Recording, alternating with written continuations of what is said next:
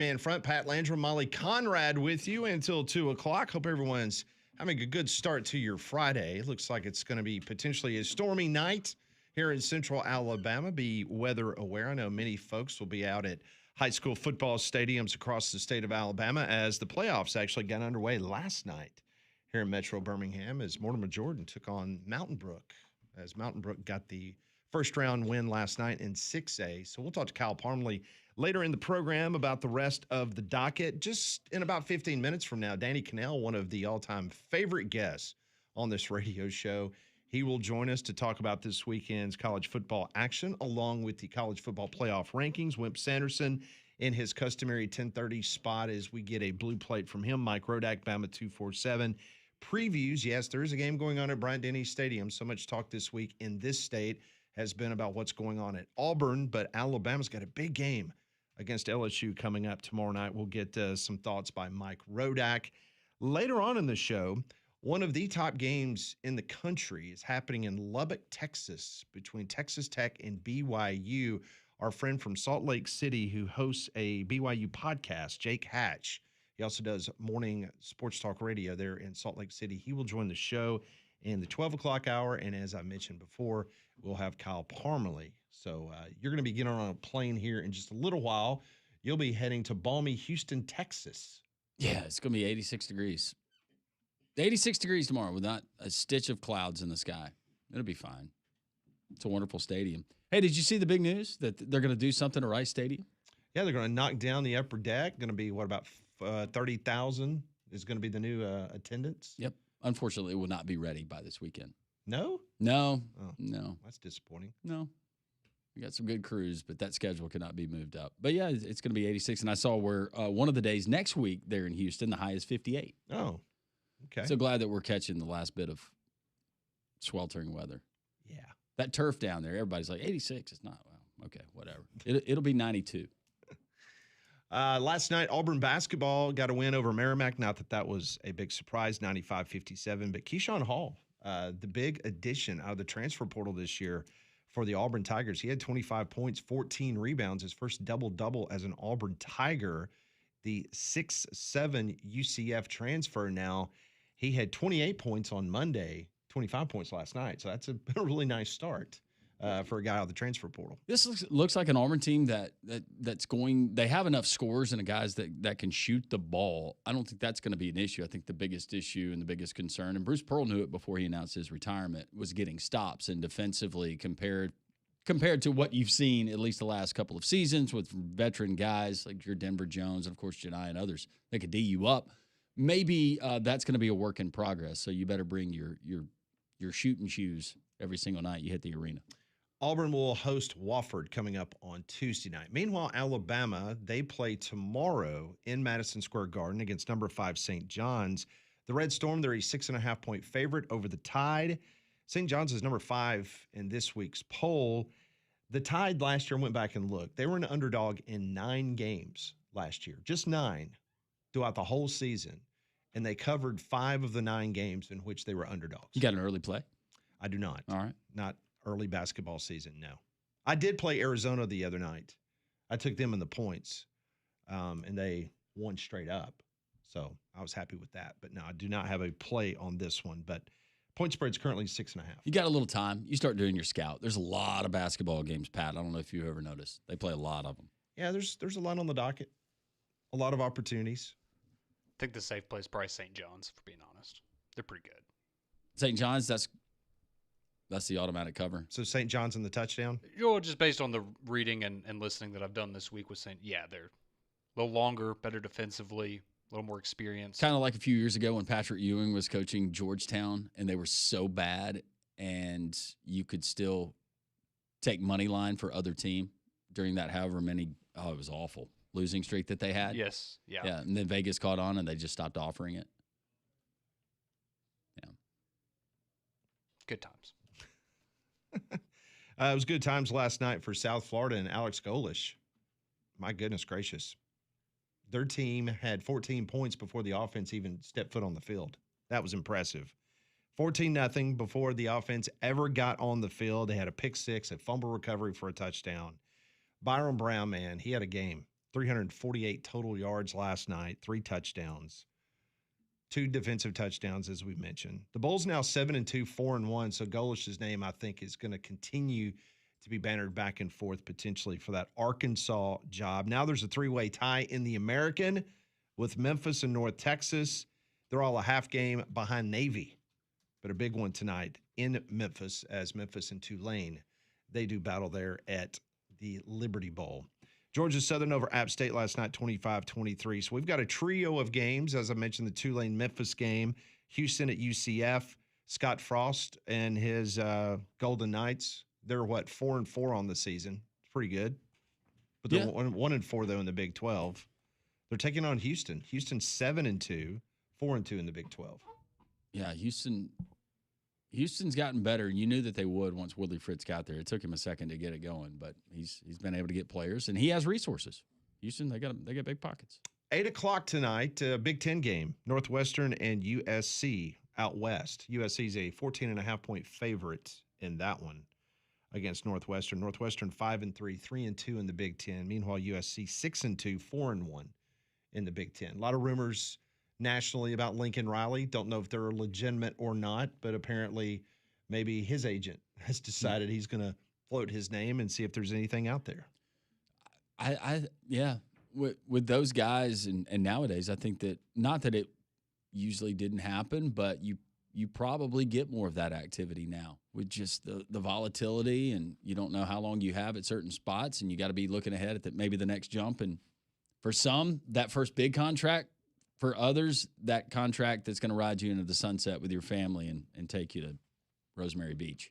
And mercy on anyone that watched the NFL game last night. Conrad, you were lucky because you were doing the Mountain Brook Mortimer Jordan game, but my goodness it was a much better football game. Was that Auburn and Kentucky? Oh, gosh, it was terrible. Absolutely horrible to watch. My power went out at my apartment, so I didn't Lucky you. Yeah, I didn't have to watch it either. Lucky you. It's back on now, though. Those Denver uniforms, but the old Bronco helmet. Man, those are so awesome. Beautiful. They should wear them all the time, but it was just a horrible game to watch outside the uniforms. Broncos had more penalties than first downs last night. Denver had 7 3-and-outs. Raiders went 7 straight drives without a first down. It was just missed field goals, interceptions, 10-7 the final. Denver did not cover the 9. So, yeah, it was a bad night. Bo picks last night. Yeah. Unfortunately. But hey, all he does, it was an ugly game, but all the Broncos do right now is win. They have the best record. I know, there's another game, this for Sunday for everybody, but they have the best record in the NFL right now. They've won 7 in a row, first time in a decade that franchise has gotten 7 consecutive wins. And we were talking about this yesterday after the show, but what do you remember the percentage? It was 47%. Yeah, 47% of the Broncos' points this year have been scored in the fourth quarter. Almost half. And they just didn't score any points at all last night. No, but they still won. Yeah, they did. Danny Kanell is going to join the program coming up in just a couple of minutes. Bottom of the hour, we'll talk to Wimp Sanderson. We're off and running on this Football Friday. This is Jock's 3-Man Front.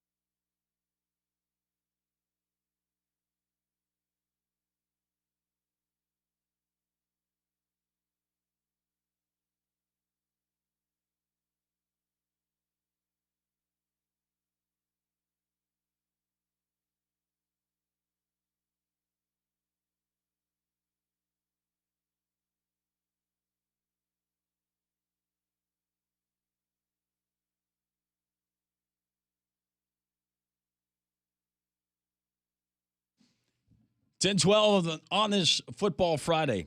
Three-man front here on Jocks Landrum, Pat, Conrad, and Molly. Well, coming up tonight, whether it's live acoustic music, a live band starting at 10 o'clock, or all the football, wall-to-wall, college and professional, and you want to watch all weekend, our friends at the Finnick, they have it for you. They got massive screens, explosive sound, every seat in the house. The experience is bigger, brighter, and bolder. Also an award-winning menu with the great wings, the burgers, the fresh seafood, and the large selection of Finnick beverages. Check them out this weekend. Starting tonight, you got football that's going to be on. You can watch that. You can enjoy the live acoustic music and the band cranking up at 10. And then all weekend long, including the NFL with Sunday Ticket and Monday Night Football, NFL Red Zone, all of that good stuff. You can enjoy the Finnick as they dedicate all of the sports there on the weekend inside of the Finnick. 1630 2nd Avenue South near Railroad Park. Oh, it's football season, and we get an opportunity at least a couple times during the college football season to check in with our next guest. We like Danny. We like him a lot. Danny Kanell joins us from CBS Sports. He's being brought to you this week by our good friends over at betonline.ag. Danny, how you been? What is up, fellas? I appreciate the positive affirmation before I come on. That's always nice to hear. It can always get a little bit dicey coming on an SEC country, but it's great to catch up with you guys, man. Hope you guys you guys got to be in a pretty good mood with the way the season's gone for Alabama. Can't say the same for Auburn, but it's exciting, man. This football season's been awesome. No, it's been fantastic, especially in the Southeastern Conference. Every week, I believe the last statistic I saw, Danny, and you might have it updated, but I think the average margin of victory is the closest it's been in like over a decade. So, yeah, every Saturday has been very, very close. So before we get into this weekend's action and get your opinion on some of these games, I wanted to ask you about the college football playoff rankings that came out the other night. Was there anything that really gave you a lot of heartburn? Well, I've kind of gotten used to this. I was actually at ESPN on the very first Tuesday night show when they came out the first time. So having watched this closely, the one thing that I've tried to remind there's a couple lessons I've learned. One, the first one doesn't really matter, right? Like you can get fired up, you can get worked up, but it really doesn't matter because the committee can adjust them accordingly. And even when you go into the week before the last one, you might think you know what the committee's going to do, but you don't. And that really leads to my second lesson, which is I stopped a long time ago trying to figure out what do they value, strength of schedule, head-to-head, game control. Like they've used so many different terms, and it's because the committee is different every year. Like they roll people through. So sometimes there might be a heavy coaching presence who harp on, I watch this team, I think they're better. Other times you might have a strong personality who really wants to look at the analytics and says, well, this team is top 10 in both scoring defense and scoring offense, but you really don't get a bead on exactly what is going every time. So, and I even hear people after this week, referencing different, this committee must value this. And I just kind of laugh. I'm like, you can think but you never really do. And I would say this, I do think the ACC, and I played at Florida State, I'm kind of an ACC guy, did get the shaft. The committee pretty much clearly told the ACC, we don't think you guys are very good. And there's a reason for that. The ACC was 4-12 in their non-conference games. And so the committee said, you guys need to step it up. And it is hard to argue against that. I talked to Rhett Lashley this week, the head coach at SMU. I just talked to Jeff Brom this morning, the head coach at Louisville.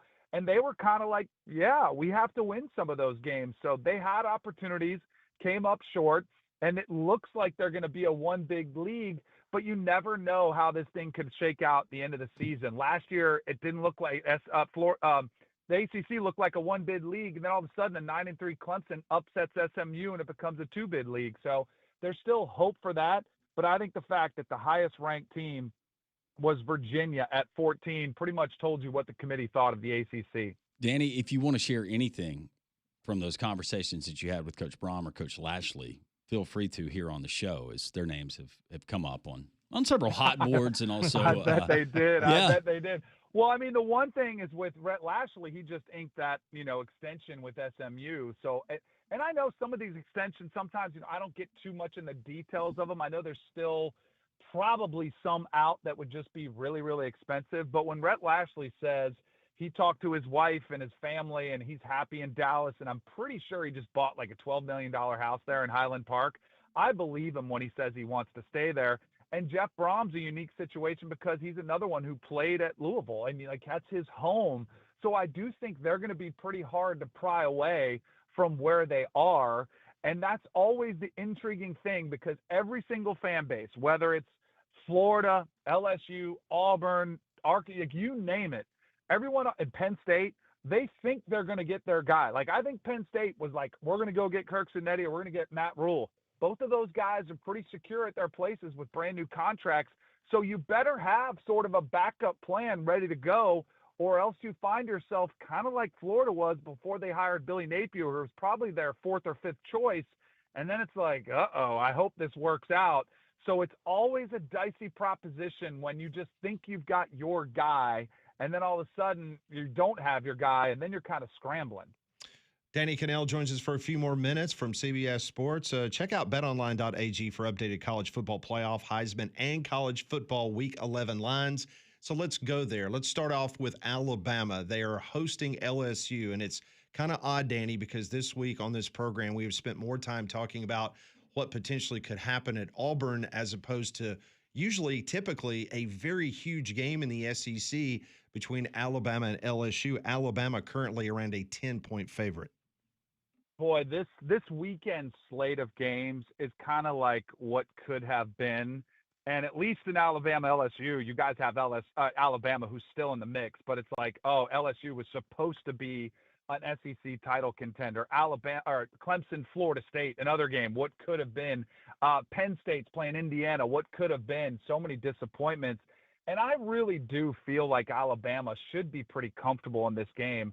I'm sure that LSU will try to bring some pressure, and that could provide some problems for Ty Simpson, who has, been under duress a lot this season, and they struggled to run the football. But I still look at, I think he's playing quarterback as good as anybody in the country. And one thing you cannot fix with an interim coach is LSU's offensive line, or really their quarterback problem, which is an extension of that, right? Garrett Nussmeier is just not a very mobile quarterback. Maybe they sprinkle in some Michael Van Buren to try to get a mobile quarterback in there. But I really, I think it'll be one of those ones where as long as Alabama handles the initial energy of LSU, which I'm sure will be pretty emotional, like, I do think they'll give their best effort. But it's in Tuscaloosa. I think Alabama will be fine in the game. I really do. I think Alabama, it's tough because Texas A&M, they're undefeated. They look like the best team in the country. But I feel like Alabama is the best team in the SEC in large part because of the improvements they've made. And I mentioned Ty Simpson playing in, like, he's had a lot of high leverage situations where you have to convert on third down, and he's under pressure, and he throws the vertical ball so well, either up the seams or outside under pressure. I've been so impressed with his ability to handle the criticism that he was facing after Florida State and really to stare it down and not flinch at any moment on the road, at home. He has been outstanding for Alabama. Danny, you mentioned Texas A&M, the Aggies trying to stay perfect as they take on Missouri and Como. Tigers and Eli Drinkwitz have been very good at home. A touchdown line in most places. I see it there at betonline.ag. Got it Missouri +7. Dangerous spot for Texas A&M. How does this one shape up for you? It is a tricky spot, and I don't hear a lot of people talking about this game as a potential upset, but you guys mentioned it. The SEC home field advantage is huge. I don't know if I love the upset either. My favorite play in this game is the under, because I do feel like Missouri's defense probably doesn't get enough credit, and I do think this will be a pretty big challenge for Marcel Reed and that offense, which they've been really, really good. But I do think Missouri has some of the tools and some of the players that can slow that offensive down. And I also think Texas A&M's defense is pretty strong, where I do think they'll have some success. They've got the best pass rusher in Cassius Howell coming off the outside, leading the SEC in sacks. And this is the thing that kills me. Like, and I'm sure this is a part of college football, right? You have injuries that are a part of the game. But and Matt Zoller showed me something against Vanderbilt. The only thing is he's so young, he's so inexperienced. Like, and I get you've had a bye week to get him prepared and up to speed. At least he got his feet wet in that game against Vanderbilt. I just think it's going to be a big, it's going to be a tall order to ask him to win the game, which tells me they're going to rely on Ahmad Hardy, who's with, the leading running back in the SEC. I think they're going to try to run the football, maybe without not with much success. So I do like the under, but if it is a lower scoring game, then it probably should be around that touchdown number. So I don't hate Missouri with the points, especially if it's at a full touchdown, but I think my favorite play is the under in that game. All right, let me ask you about Oregon and Iowa. That is an intriguing game as Oregon comes to the heartland to take on an Iowa team that seems to be improved. I don't think that this is going to be a shootout. I don't think Iowa's capable of that, but Iowa is a 6-point dog at home. Yeah, the odds makers don't think this is going to be a shootout either. It's one of the lowest totals of the weekend. I think it's right hovering around 41 and a half. They're on Bet Online.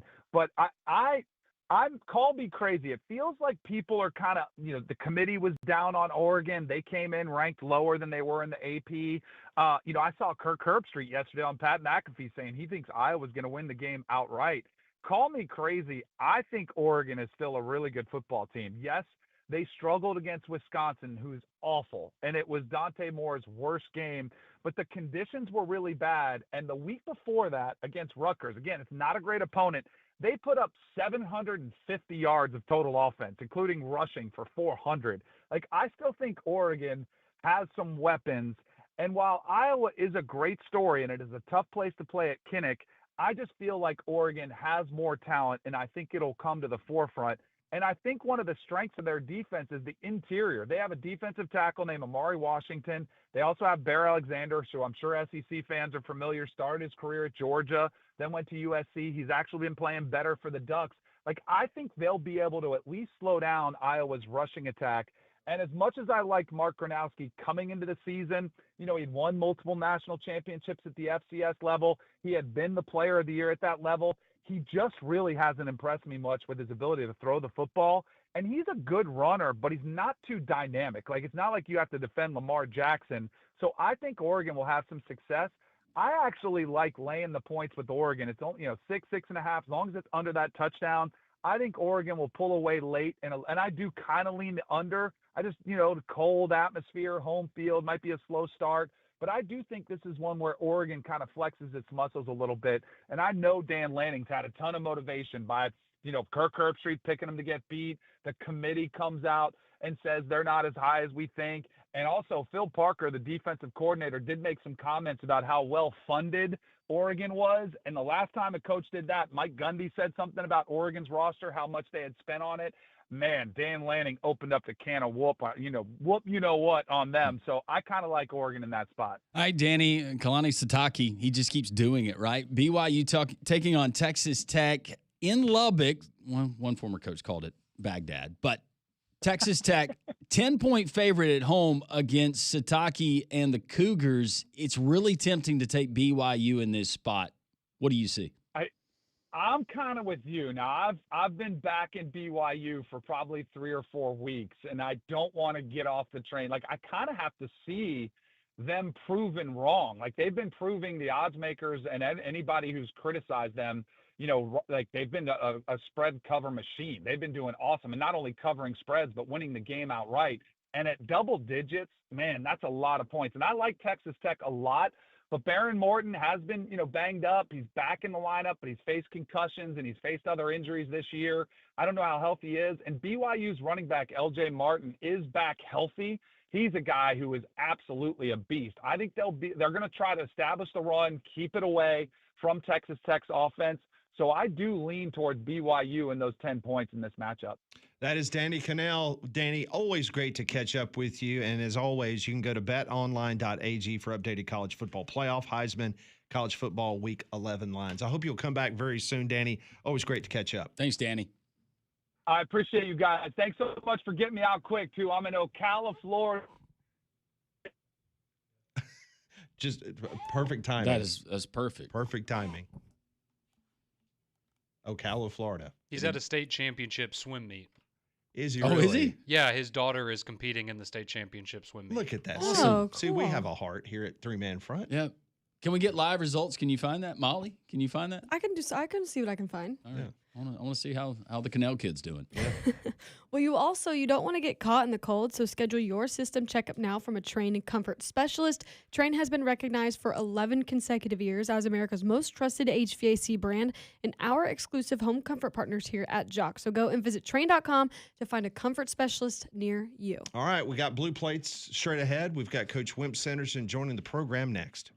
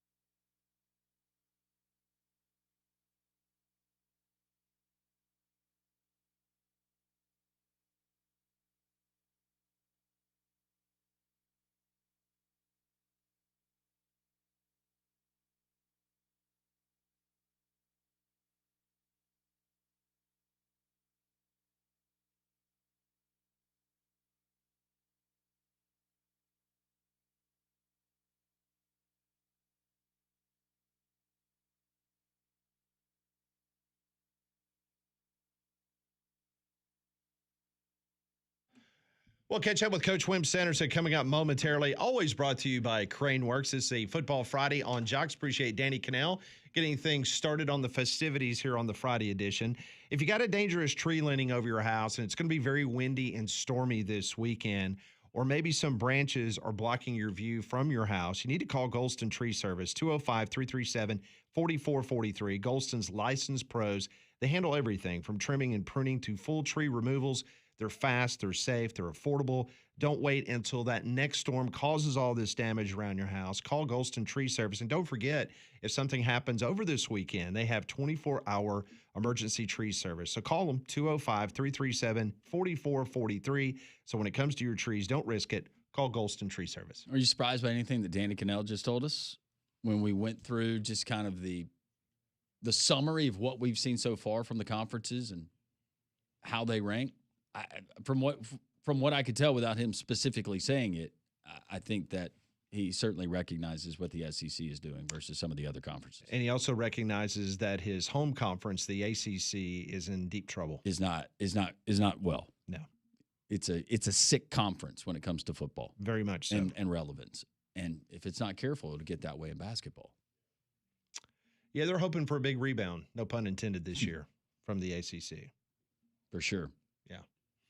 1-800-239-WJOX. That is the phone number. When we have an opportunity, we would love to have your phone calls, or the Courtesy GMC text line 205-834-9450. As I'm sitting here looking through some other information over the last 24 hours, Luke Fickell is due back at Wisconsin next year. Bit of a surprise. I know what the AD said about a month ago, but instead of paying his $25 million buyout, I guess they have decided to take that $25 million and maybe invest it in a roster, because the roster right now is, you talking about being sick, it's bad, really bad. They are 18th in the Big Ten Conference, dead last. They've lost 6 in a row, and it's just not very good timing right now. He is 15-19 in Madison, Wisconsin, but the AD said yesterday they're going to invest, and Luke Fickell will definitely get another opportunity to get through this. He is signed through 2031. Well, I know it's a Big Ten school, and I don't know where you would put it in the pecking order. Maybe Molly would be better to answer that as far as football programs. But they've had some good teams. But the perception that I have, and this goes back to not being able to meet demands of coaches that you had in place, whether it be for salary pool or anything else, is that Wisconsin seems like they're always hurting for cash flow. And they're very reluctant to spend. And I just wonder if that was represented, because Bill Clark tells us the first thing that he would ask is, what is that collective? What does that NIL look like? I wonder what it looks like comparatively to other schools in the Big Ten. We know they're getting a big check at the end of the year. Yeah. Yeah, a huge check. Where's that money going? Yeah.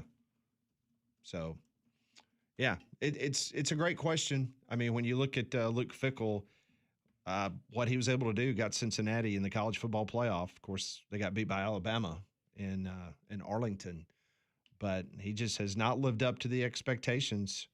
I mean, when you're winless in the Big Ten Conference and you've got an administration that is willing to bring you back, that says a lot about what they think of you, or it could just be a strict financial situation where they just don't want to pay the $25 million buyout, and they decide they're going to kick the can down the road and give him another year. Yeah, the grass isn't always greener, but who knows what was going through the minds of Luke Fickell and his wife. She's the one that went up there to politic. Yeah, to get the job. To get him the job, but $25 million buyout, and based on his current contract that he has, this could be one of those. I'm not saying he never wants to coach again, but this is one that sets him up. If he chose to never coach again, he's good. Yeah. 15-19. That's his overall record in Madison. So they're showing a lot of faith in him. That's a really tough sell in Madison, Wisconsin, when you see what's going on there south in Bloomington. Very much so. With Kurt Signetti. How about our friends at Prize Picks? Prize Picks, that is the best way to play fantasy sports. You can join myself and so many other Jocks listeners like Drake and others that have taken me up on Prize Picks over the last couple of seasons. It's across all sports. When you go professional, you want to go collegiate, you can certainly do that. And we play every single day here on the show. Conrad helps me out a good bit. Pat, every now and then. Molly's very reluctant to give me any advice on who to play that night. You can join millions of users and sign up for America's #1 fantasy sports app today. So today, I'm going to dedicate this to one Molly Robinson, and she's going to be able to give me a more or less. It's a coin flip. We miss them all the time. You don't have to study these things. More or less. Jake Retzloff. More. 225.5 passing yards. More. You're going more. All right. How Well, about I said it before you said it, so. Connor? I didn't hear you. Oh. Connor Wegman. 209.5 passing yards, Molly. More. More. If both of those go more, you're a winner. How about Prize Picks? It's simple to play more or less on at least 2 player stats. Download the Prize Pick app today. Use code WJOX to get $50 in lineups after you play your first $5 lineup. That's code WJOX to get $50 in lineups after you play your first $5 lineup. Prize Picks, it's good to be right. Let's go now to talk to one of our favorite guests each and every week. Brought to you by Crane Works. Here's Coach Wimp Sanderson. Lift it, load it, grade it, grind it, move it, haul it, rig it, dig it. Crane Works, Rental Works, yeah. The big dog's got it. Wimp Sanderson on Three Man Front is brought to you by Craneworks. Lift it, buy it, rent it. The big dog's got it. And now, Wimp Sanderson.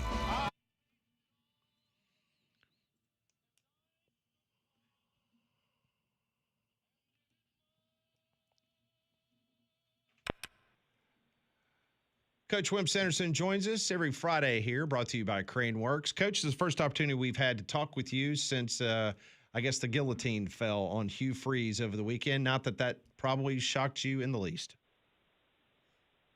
Well, I thought as long as he was winning those close games and he beat Arkansas, he might make it. But based on waiting, a team that hadn't won much and they can't seem to score offensively, not too bad defensively. And once that came down a one score game, it looked like things were. Well, I'm tied in somewhat down there, not as much as some people, but I think they would have waited till the season was over and see how he did against all the teams, but they selected not to. And right now they're in the process of trying to decide what they need to do.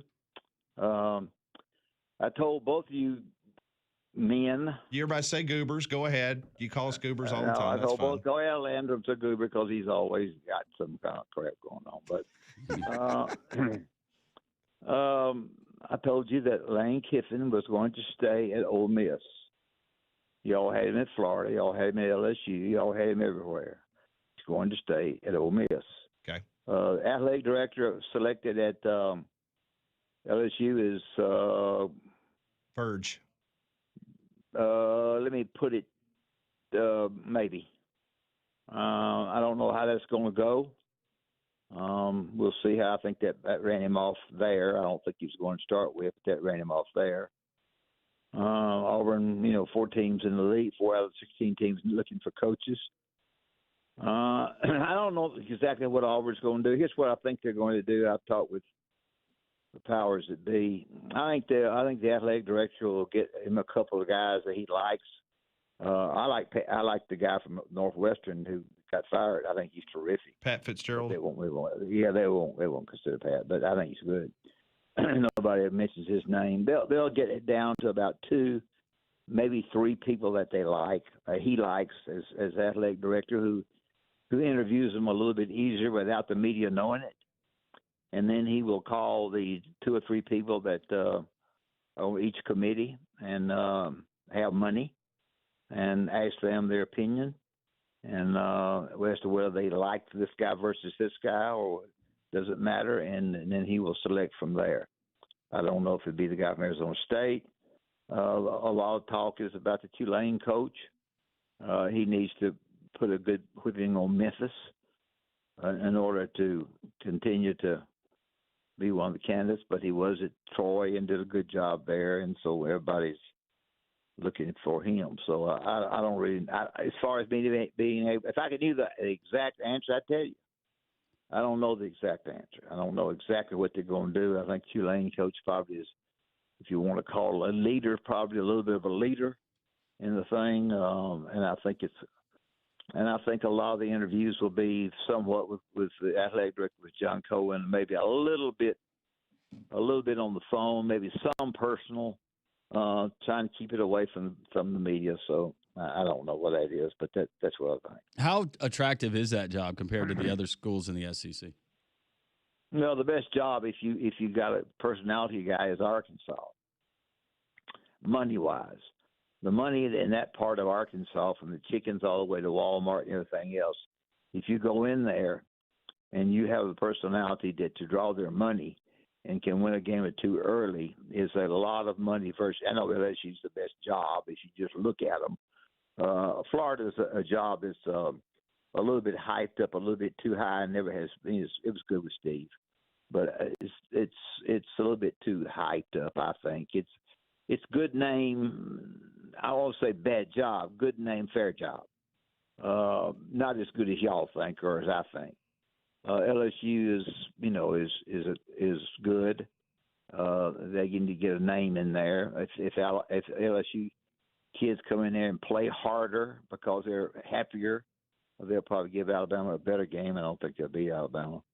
But I think to answer your question, you have to remember that the LSU coach was 34 and 14, 34 and 14.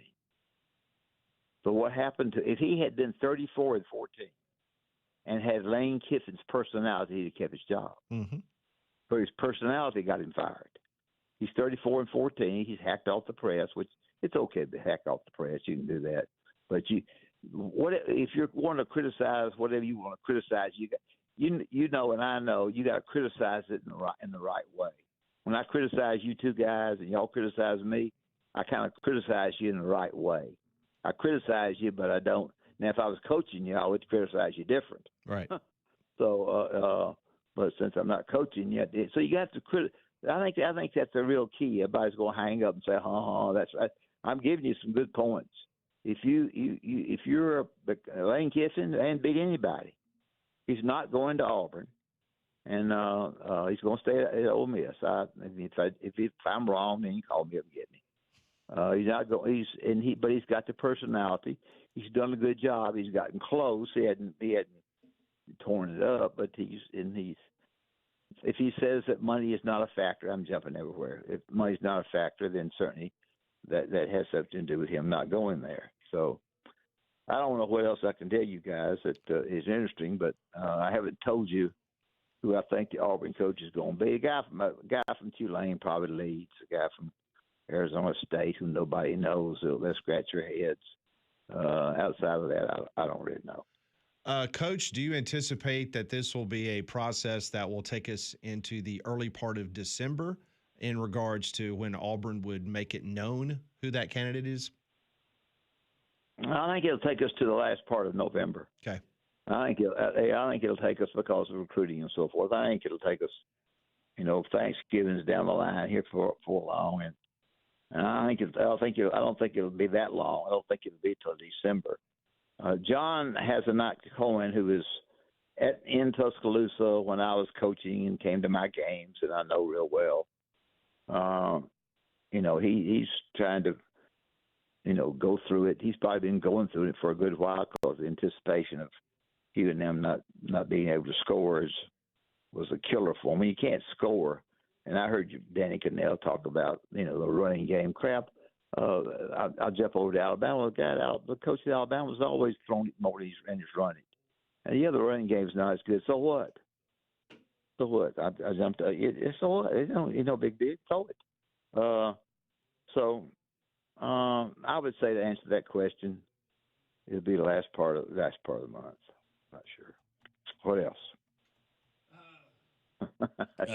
We're up against it, Coach. The blue. I know you are. Blue Plate Special. What game have you identified as a sure bet winner? Well, let me say this. I don't care whether you're up against it or not. Let me tell you something. When the Booger Bear kneels down with 1 foot to go on the line, oh yeah, I'm going to win it bad. Yeah, he needs to take a dose of salts. That's Epsom salts. Come on. I'm fixing to score when he steps on the line. And decides that he's not going to score to give me the win. So, golly, come on. It ain't nobody. And the reasoning wasn't even any good. Onside kick and all that bull crap. Come on. Okay, so you can get home, so you can get gone. I didn't go to the SEC. Okay. I didn't want to. I went with SMU over Boston College, 10.5 points. Boston College and 10.5. Right, Boston College gets 10.5 against a very good SMU team, who the coach just got a raise, and he's not going to Auburn. Probably would have gone if he hadn't gotten a raise. So I think it's good, but I thought a lot of things that ain't right. So if you like it, good. If you don't like it, take a hike. That's all right. No, I know. Hey, one thing's for sure, Coach. It appears, especially at this point of the season, the underdogs are performing really well. So I do not have a problem with that pick. But it's a darn hard to pick games now because the line is so, and the teams are so unknown because of they just hey, let me give you a secret. I ain't been very good. I've got a bunch of calls. I ain't very good. Don't be picked. I almost picked Alabama. You're a great and I thought, coach. if I do that, and Alabama gets beat. Y'all got to go. No, you're I go Crane Works. Yeah. I got to talk about Crane yeah, Works. okay. The Crane Works will either build it up or tear it down.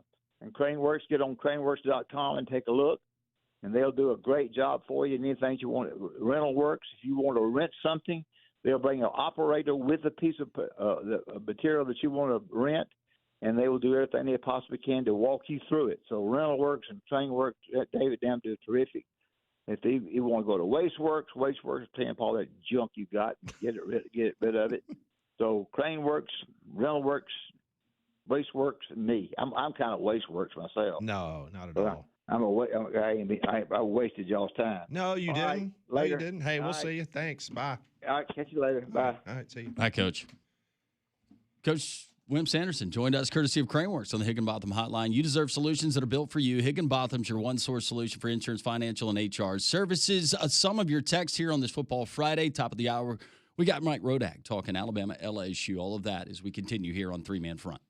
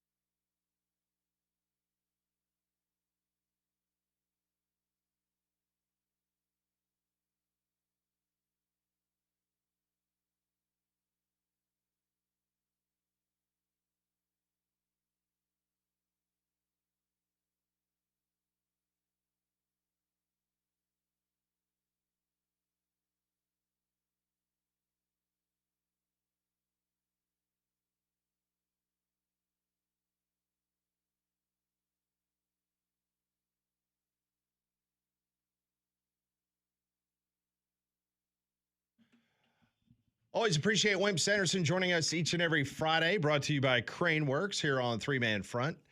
We will talk to Mike Rodak at the top of the hour, get his thoughts on LSU and Alabama. A little bit of NFL news breaking. It is now being reported that the Jacksonville Jaguars, as you know, that their stadium is going through a refurbishment. Matter of fact, the world's largest outdoor cocktail party, which was played there last week, That's going to be moved for the next couple of years as the stadium basically undergoes a complete transformation. Well, it's now being reported out of Orlando, Florida, that the Jacksonville Jags are going to make Orlando their home over the next couple of years. Oh, okay. No, not.